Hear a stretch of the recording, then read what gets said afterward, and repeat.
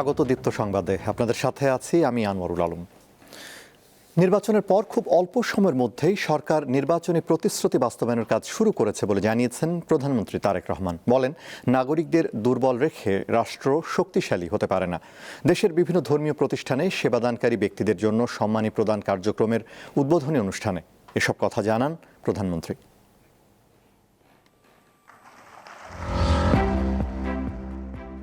ধর্মীয় গুরুদের জন্য আর্থিক সহায়তা দিতে শনিবার থেকে একটি পাইলট প্রকল্প চালু করেছে সরকার। এর আওতায় প্রতিটি মসজিদের জন্য মাসিক 10,000 টাকা বরাদ্দ নির্ধারণ করা হয়েছে। এর মধ্যে ইমাম পাবেন 5,000 টাকা, মুয়াজ্জিন 3,000 ও খাদেম 2,000 টাকা। আর প্রতিটি মন্দিরের জন্য মাসিক 8,000 টাকা নির্ধারণ করা হয়েছে। এছাড়া 144টি বৌদ্ধ বিহারের অধ্যক্ষ এবং 396টি গির্জার যাজক সহ সংশ্লিষ্ট উপাসনালয়ের অন্যান্য দায়িত্বপ্রাপ্ত ব্যক্তিরাও এই কার্যক্রমে অন্তর্ভুক্ত রয়েছেন। বিসমিল্লাহিররহমানিররহিম। রাজধানীর ওসমানী স্মৃতি মিলনায়তনে দেশের বিভিন্ন ধর্মীয় প্রতিষ্ঠানে সেবাদানকারী ব্যক্তিদের জন্য সম্মানী প্রদান কার্যক্রমের উদ্বোধন অনুষ্ঠানে প্রধানমন্ত্রী জানান, ধর্ম বর্ণ নির্বিশেষে প্রতিটি নাগরিকের আর্থিক সামাজিক নিরাপত্তা নিশ্চিত করতে চেষ্টা চালিয়ে যাচ্ছে সরকার। একটি ধর্মীয় সামাজিক নৈতিক মূল্যবোধে সমৃদ্ধ মানবিক মানসিকতা তৈরির ক্ষেত্রে আপনাদের মতন ধর্মীয় জ্ঞানসম্পন্ন মানুষদের ভূমিকা অত্যন্ত গুরুত্বপূর্ণ। পর্যায়ক্রমিকভাবে ইনশাআল্লাহ সবাইকে এই কর্মসূচির আওতায় অন্তর্ভুক্ত করা হবে। বলেন, নির্বাচনের পর খুব অল্প সময়ের মধ্যেই সরকার নির্বাচনী প্রতিশ্রুতি বাস্তবায়নের কাজ শুরু করেছে। আল্লাহর রহমতে বিএনপি সরকার গঠনের পর ভোটের কালই নখ থেকে মোচনের আগেই আমরা আমাদের সকল প্রতিশ্রুতি ধারাবাহিকভাবে বাস্তবায়নের কাজ শুরু করেছি। প্রত্যাশা করেন, এই ধরনের উদ্যোগের ফলে ধর্মীয় নেতাদের সামাজিক মর্যাদা বৃদ্ধির পাশাপাশি তাদের অর্থনৈতিক সংকট লাঘব হবে। এদিকে 14 এপ্রিল কৃষকদের কার্ড দেওয়া হবে বলেও জানিয়েছেন প্রধানমন্ত্রী তারেক রহমান। সকলকে একসাথে নিয়ে আমরা যাতে দেশকে গড়ে তুলতে পারি। রুবায়েত হাসান, দীপ্ত সংবাদ, ঢাকা। এক সপ্তাহেরও বেশি হলেও জ্বালানি তেল নিয়ে ভোগান্তি কমছে না। সরকার ফিলিং স্টেশনগুলোতে তেল সরবরাহ বাড়ানোর ঘোষণা দিলেও এর প্রতিফলন দেখা যাচ্ছে না মাঠ পর্যায়ে। রাজধানীর ফিলিং স্টেশনগুলোতে জ্বালানি তেলের জন্য আজও দীর্ঘ লাইন দেখা গেছে। সকালে তেল নিতে এসে দীর্ঘ সময় অপেক্ষা করতে হয়েছে মোটরসাইকেল ও গাড়ি চালকদের। কেউ ফজরের নামাজ শেষে, কেউ বা সাহারি খেয়েই এসে দাঁড়ান দীর্ঘ লাইনে। গভীর রাতেও লাইন ধরেছেন কেউ কেউ। পাম্প কর্তৃপক্ষ বলছেন কিছুটা স্বাভাবিক হতে শুরু করেছে তেলের মজুদ, তারপরও জনভোগান্তি কমছে না।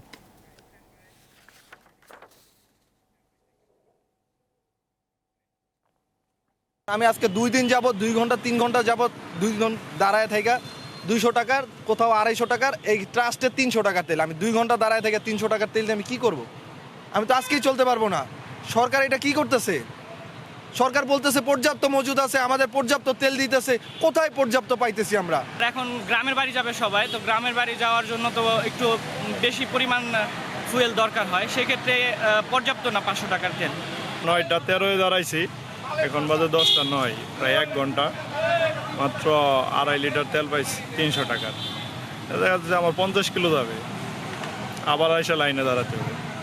আমাদের কাছে মজুদ আছে এবং আমরা সরকার যে বিপিসি যে নির্দেশনা দিচ্ছে, আমরা সেই নির্দেশনা দিচ্ছি। এখন আলহামদুলিল্লাহ আমাদের চলমান আছে আমাদের। রাজধানীর বাইরে দেশের বিভিন্ন জেলায় ফিলিং স্টেশনগুলোতেও জ্বালানি তেলের সরবরাহ ঘাটতি রয়েছে। কোথাও কোথাও বন্ধ রয়েছে পাম্প। এ বিষয়ে আরও জানাতে খুলনা থেকে যুক্ত হচ্ছেন সহকর্মী ইয়াসিন আরাফাত। ইয়াসিন, তেলের পাম্পের বর্তমান পরিস্থিতি কি, আর ফিলিং স্টেশন কর্তৃপক্ষ কি বলছে? আনারুল, সকাল থেকে কিন্তু বেশিরভাগ পেট্রোল পাম্পগুলোতে তেল বন্ধ রয়েছে। আমরা দেখতে পেয়েছি পেট্রোল পাম্পগুলোতে বিশেষ করে অকটেন এবং ডিজেলে তেল নাই, এই বাক্যটি লিখে একটি কাগজ সাটিয়ে দিয়েছে। কিছু কিছু জায়গাতে যেখানে পেট্রোল আছে তারা পেট্রোল দিচ্ছেন, যেখানে ডিজেল আছেন তারা সেটিতে ডিজেল দিচ্ছেন। আমরা সকাল থেকে যেটি জানতে পেরেছি যে পেট্রোল পাম্পগুলো বলছে তাদের যে স্বাভাবিক চাহিদা রয়েছে সেই স্বাভাবিক চাহিদার তুলনায় তেল দেওয়া হচ্ছে, এবং তারা সাধারণ মানুষকে যখন রেশনিং করে তেল দিতে যাচ্ছেন সাধারণ মানুষের ক্ষোভের মুখে তারা বলছেন। এর ফলে বিশেষ করে শুক্রবার শনিবার তেল বন্ধ থাকে ডিপো থেকে।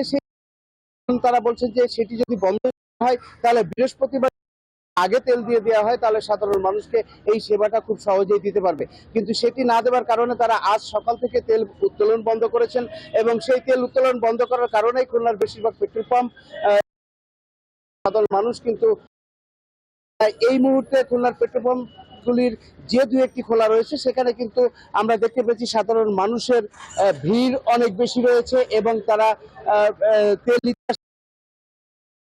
সংকট নিরসনের জন্য যে রেশনিং পদ্ধতিতে তেল দেবার যে নির্দেশনা দিয়েছে সেই নির্দেশনা মেনে তেল দিচ্ছে পেট্রোল পাম্পওয়ালারা, তবে ভোক্তারা কিন্তু সেখানে এসে তারা বারবার বলার চেষ্টা করছে যে তেলের একটি কৃত্রিম সংকট সৃষ্টি করা হচ্ছে, তারা মানবে না এবং তাদের চাহিদা তেলের স্বাভাবিকের তুলনায় অনেক বেশি। আমরা দেখতে পাচ্ছি যে খুলনার যে তিনটি পেট্রোল পাম্প রয়েছে এখানে তিনটি পেট্রোল পাম্প থেকে প্রতিদিন প্রায় প্রতিটি পেট্রোল পাম্প থেকে প্রতিদিন প্রায় 40 ব্যারেল তেল এখান থেকে দেশের 22টি জেলাতে 465টি পেট্রোল পাম্পে তেল সরবরাহ করা হয়ে থাকে।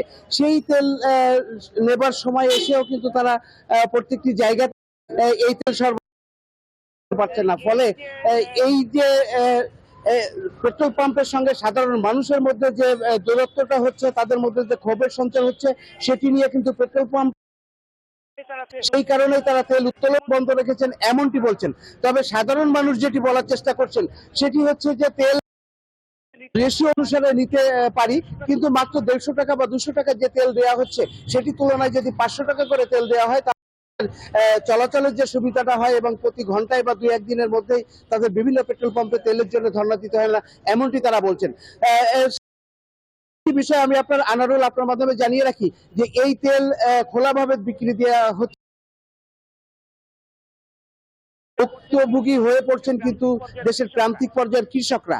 বিশেষ করে বোরো চাষের সময় এই মুহূর্তে ডিজেল সরবরাহটা অত্যন্ত গুরুত্বপূর্ণ এবং তারা পেট্রোল পাম্প থেকে তেল নিতে পারছেন না বিধায় তারা কিন্তু তাদের পাম্প চালু করতে পারছেন না, সেচ দিতে পারছেন না, ফলে বোরো চাষে কিন্তু এক ধরনের বড় ধরনের এমনটি কিন্তু কৃষকরা আশা করছেন।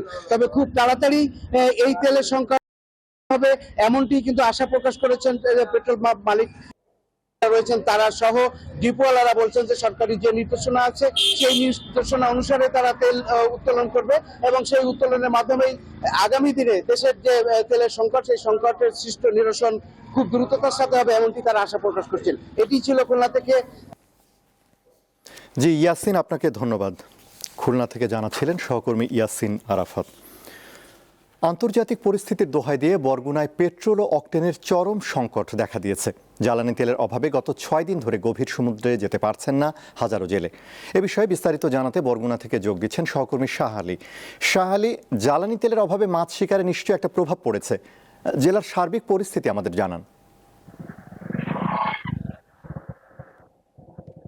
আনোয়ারুল, আসলে আন্তর্জাতিক যে পরিস্থিতি সংকট রয়েছে সেটা বলেই মানুষ কিন্তু যেভাবে বরগুনার বিভ্রান্ত করছেন এবং সেখানে কিন্তু পেট্রোল পাম্প একটি মাত্র পেট্রোল পাম্প রয়েছে, সেখানে পেট্রোল বন্ধ করে দেওয়া হয়েছে এবং অকটেন বন্ধ করা হয়েছে, শুধুমাত্র ডিজেল, তাও কিছু সংখ্যক যেগুলোর সচরাচর গাড়ি চলাচল করে সেই গাড়িগুলোতে মূলত তারা তেল দিয়ে থাকে। অন্যান্য যে দূর থেকে যে গাড়িগুলো আসেন সেগুলোর কিন্তু তারা সীমিত তেল দিয়ে থাকেন, যেটা আসলে কোনোভাবেই আসলে চলার উপযোগী নয়। আমরা যদি বলি যে বরগুনার উপকূলীয় জেলা বরগুনা, সেখানে কিন্তু প্রায় 1.5 লক্ষ জেলে রয়েছে যারা গভীর সমুদ্রে মাছ শিকার করে এবং বাংলাদেশের দ্বিতীয় মৎস্য আবাদন কেন্দ্র বরগুনার পাথরঘাটা, সেখানে আজকে 6 দিন যাবত কিন্তু তারা জেলেরা মাছ শিকার করতে যেতে পারছেন না। তারা কিন্তু সেখানে এই ডিজেল না থাকার কারণে তারা গভীর সমুদ্রে মাছ শিকার করতে পারছেন না এবং অনেক অসাধু ব্যবসায়ীরা রয়েছেন যারা তেল মজুত করেছেন, সেই কারণেও অনেকে তেলটা পাচ্ছেন না, যার ফলে কিন্তু সেই প্রভাবটা জেলেদের উপর পড়ছে। সামনে কিন্তু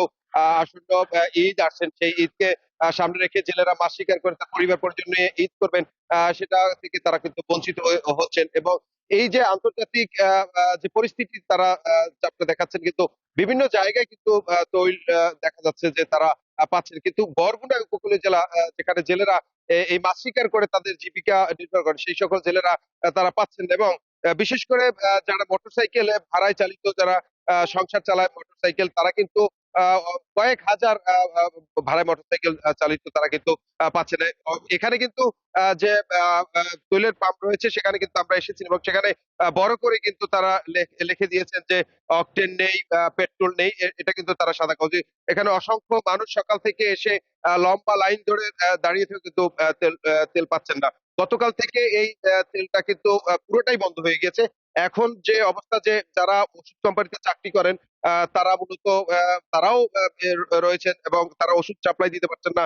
এটা আমাদেরকে জানিয়েছেন। এরকম যদি চলতে থাকে তাহলে হয়তো বরগুনায় যে মোটরসাইকেল যারা ভাড়ায় চালিত বা যারা অন্যান্য কাজে ব্যবহার করছেন তারা কিন্তু কাজ করতে পারবেন না বলে এটা জানিয়েছেন সাধারণ মানুষ।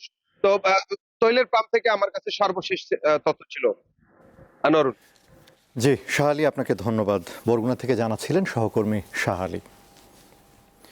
পবিত্র ঈদ উল ফিতর উপলক্ষে বাড়ি ফেরা মানুষের ঈদ যাত্রা শুরু হয়েছে। গতকাল ভোর থেকে রেলপথে বাড়ি ফিরতে শুরু করেছে ঢাকাবাসী। আজ দ্বিতীয় দিনেও ভিড় রয়েছে কমলাপুর রেল স্টেশনে। সকাল থেকে কিছুটা বিলম্বে ট্রেনগুলো ছেড়ে গেছে, তবে অনলাইনে টিকিট কাটা নিয়ে নানা অভিযোগ আছে ঘরমুখো মানুষের। ঈদ যাত্রা নির্বিঘ্ন করতে কয়েক স্তরের নিরাপত্তা ব্যবস্থা রাখা হয়েছে। টিকিটবিহীন যাত্রী এড়াতে প্ল্যাটফর্মের বাইরে বাঁশের বেষ্টনী দেওয়া হয়েছে।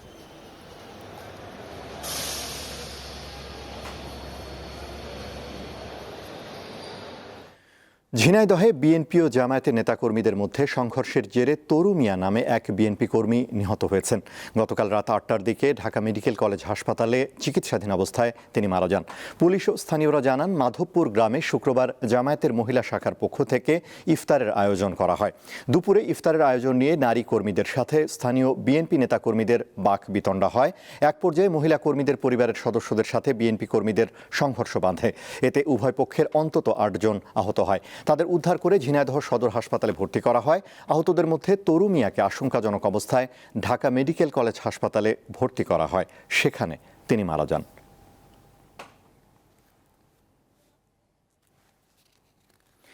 মাগুরার ওয়াবদা সড়কের কেষ্টপুর এলাকায় গাছের ডাল ভেঙে 2 মোটরসাইকেল আরোহীর মৃত্যু হয়েছে। গতকাল রাত ৮টার দিকে এই দুর্ঘটনা ঘটে। নিহতরা হলেন প্রান্ত দত্ত এবং মাহফুজ।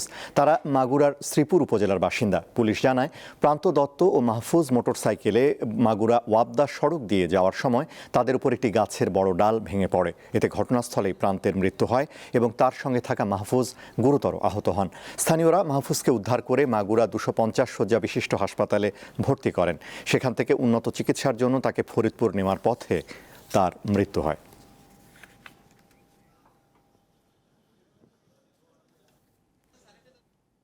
এবারে QI স্টিল চট্টগ্রাম সংবাদ।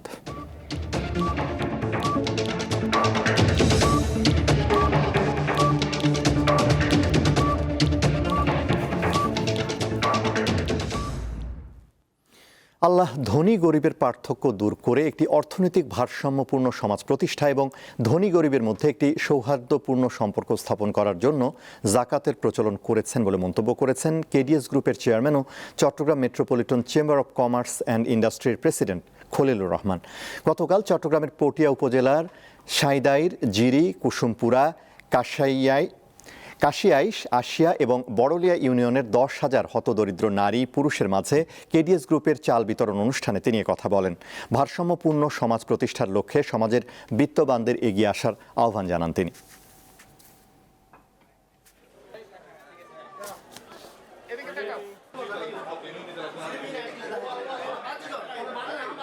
রাজধানীতে জমে উঠেছে ঈদের কেনাকাটা। পরিবারের সবাইকে নিয়ে উৎসবমুখর পরিবেশে কেনাকাটা করছেন সবাই। নতুন নতুন সব কালেকশনে আকৃষ্ট হচ্ছেন ক্রেতারা। বিক্রি বাড়ায় সন্তুষ্ট ব্যবসায়ীরা। ঈদ কেনাকাটায় জমে উঠেছে রাজধানীর শপিং মলগুলো।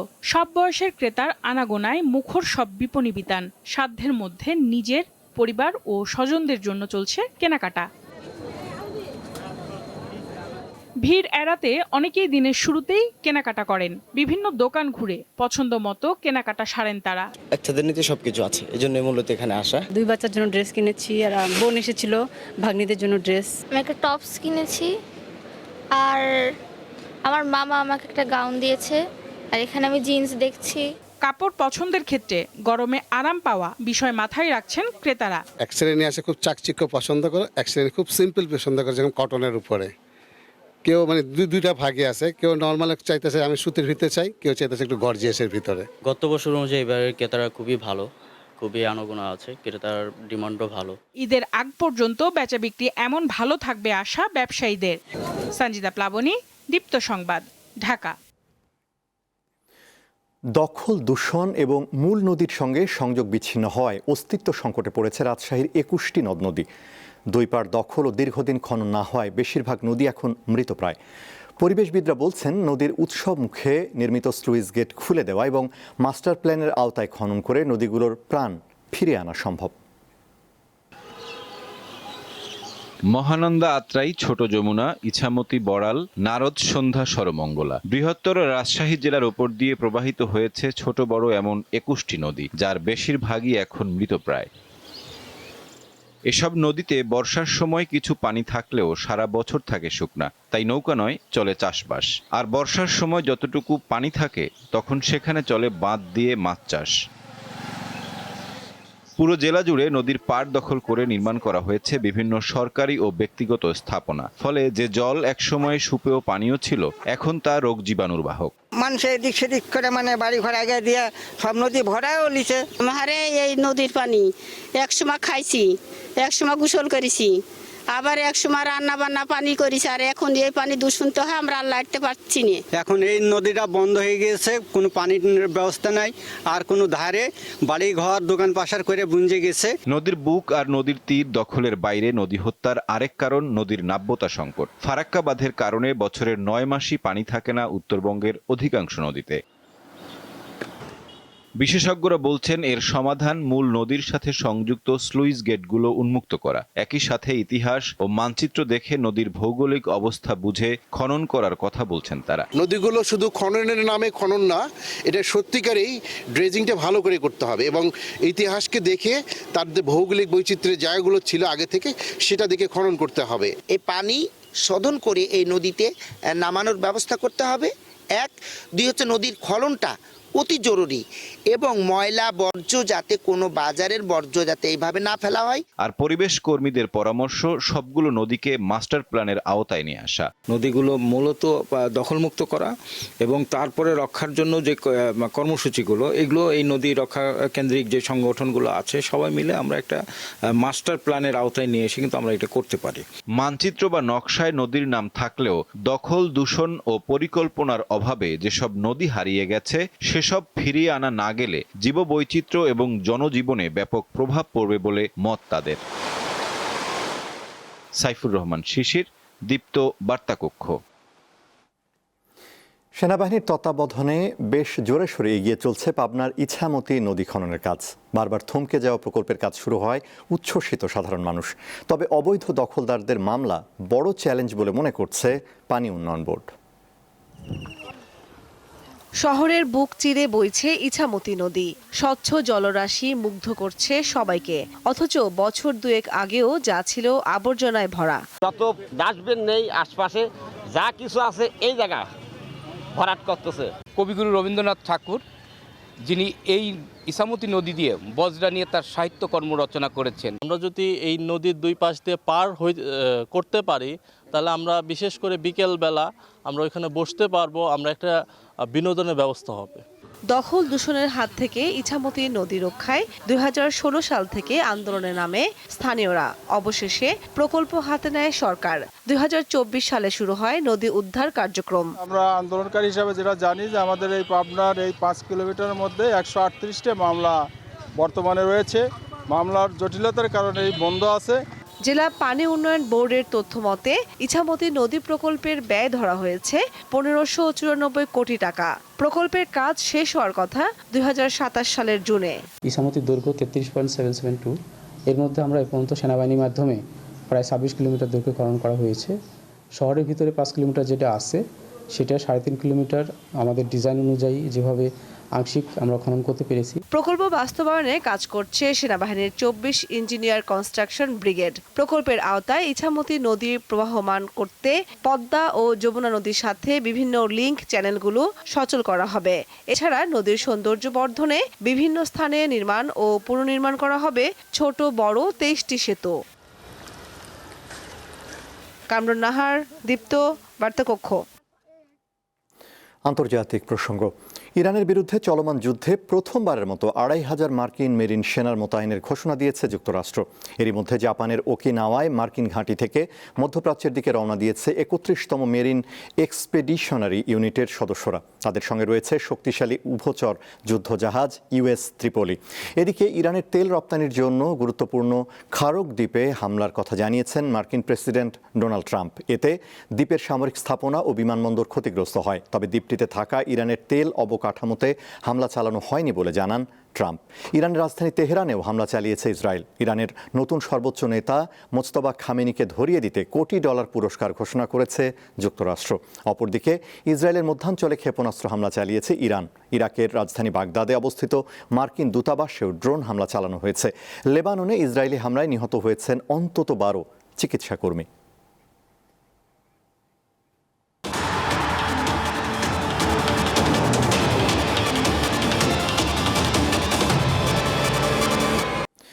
মুস্তাফিজুর রহমানের বিকল্প খুঁজে নিল IPL franchise Kolkata night Riders. জিম্বাবুয়ের পেসার ব্লেসিং মুজারাবানিকে দলে নিয়েছে ফ্র্যাঞ্চাইজিটি। সামাজিক মাধ্যমে বিষয়টি নিশ্চিত করেছে দলটি। আইপিএল খেলতে পিএসএল এর সঙ্গে সম্পর্ক ছিন্ন করেছেন এই পেসার। ক্রিক ইনফো জানিয়েছে ইসলামাবাদ ইউনাইটেড থেকে সরে দাঁড়ানোর সিদ্ধান্ত ফ্র্যাঞ্চাইজি দলটিকে জানিয়েছেন মুজারাবানি। তবে পাকিস্তান ক্রিকেট বোর্ড ব্যাপারটি ভালোভাবে নেয়নি। দেশটির সংবাদ মাধ্যম জিও সুপার জানিয়েছে মুজারাবানির বিরুদ্ধে আইনি ব্যবস্থা নেবে পিসিবি। প্রথমে পিএসএল এর দলে চুক্তিবদ্ধ কোনো খেলোয়াড়ের শেষ পর্যন্ত আইপিএলে খেলতে যাওয়ার টানা দ্বিতীয় ঘটনা এটি। গত বছর সাউথ আফ্রিকার অলরাউন্ডার করবিন বশকে ডায়মন্ড ক্যাটাগরিতে দলে টেনেছিল পেশোয়ার জালমি, কিন্তু পরে তাকে চোটের বিকল্প হিসেবে দলে টানে Mumbai Indians. Football. English premier league ফুটবলে রাতে ওয়েস্ট হ্যাম ইউনাইটেডের বিপক্ষে মাঠে নামবে ম্যানচেস্টার সিটি। বাংলাদেশ সময় রাত 2টায় শুরু হবে ম্যাচ। ওয়েস্ট হ্যাম ইউনাইটেডের বিপক্ষে সিটিজেনরা পয়েন্ট হারালে প্রিমিয়ার লিগের শিরোপা দৌড় শেষ হয়ে যাবে। লিগ টেবিলের শীর্ষে থাকা আর্সেনালের চেয়ে 7 পয়েন্টে পিছিয়ে 2 নম্বরে আছে সিটি। যদিও গাদিওলার দলের হাতে একটি ম্যাচ বেশি আছে, তাদের বাকি আছে 9 ম্যাচ, আর্সেনালের 8টি। আগামী 19 এপ্রিল ইতিহাদ স্টেডিয়ামে এই দুই দলের গুরুত্বপূর্ণ লড়াইও আছে। তবে ওয়েস্ট হ্যামের বিপক্ষে ম্যাচ ছাড়া এই মুহূর্তে আর কিছু ভাবছেন না কোচ পেপ গার্দিওলা। মধ্যপ্রাচ্যে যুদ্ধের উত্তাপের প্রভাব পড়ছে ফুটবল বিশ্বকাপেও। 2026 ফিফা বিশ্বকাপে ইরানের অংশগ্রহণ নিয়ে শুরু হয়েছে নতুন বিতর্ক। বিশ্বকাপে ইরানের অংশগ্রহণ নিয়ে প্রকাশ্যে প্রশ্ন তুলেছেন মার্কিন প্রেসিডেন্ট ডোনাল্ড ট্রাম্প। নিজের সামাজিক যোগাযোগ মাধ্যমে ট্রাম্প বলেন, ইরান দল বিশ্বকাপে খেলতে আসতে পারে, তবে তাদের নিজেদের জীবন ও নিরাপত্তা নিয়ে উদ্বেগ থাকতে পারে। এই মন্তব্য এমন এক সময় এসেছে যখন মধ্যপ্রাচ্যে উত্তেজনা চরমে। মার্কিন প্রেসিডেন্ট ডোনাল্ড ট্রাম্প নিরাপত্তা নিয়ে সতর্কবার্তা দেওয়ার পর তীব্র প্রতিক্রিয়া জানিয়েছে ইরান জাতীয় ফুটবল দল। তাদের দাবি, বিশ্বকাপ থেকে কাউকে বাদ দেওয়ার ক্ষমতা কোনো দেশের নেই, সেই সিদ্ধান্ত নিতে পারে কেবল ফিফা। এ বিষয়ে ফিফার পক্ষ থেকে এখনও কিছু জানানো হয়নি।